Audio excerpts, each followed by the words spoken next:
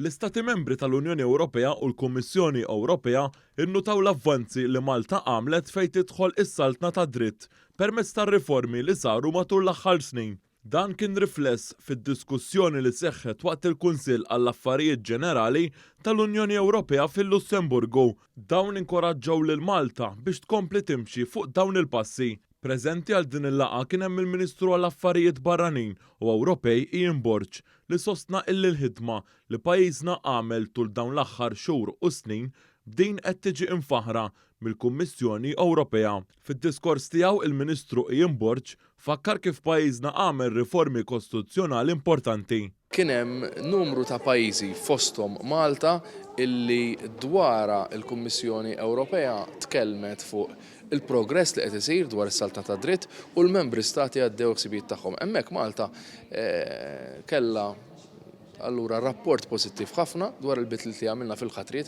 jekk hux tal-President kif ħtarna lil Prim Mħallef rigward il-ġudikatura u allura issa l-indipendenza sħiħa anke f'min jappunta il-ġudikatura minn dak mill-poteri tal-Gvern illi kellu għal 20 ta' snin. Il-Ministru Borg tkellem ukoll dwar ir-riformi li qed jagħmel pajjiżna fis-settur tal-midja fejn fost oħrajn tkellem dwar ix-xogħol li qed jagħmel il-Kumitat ta' Esperti tal-Midja. Huwa spjega wkoll kif għatfadal xi jsir biex pajjiżna ikun jista' jibqa' miex il-qudiem.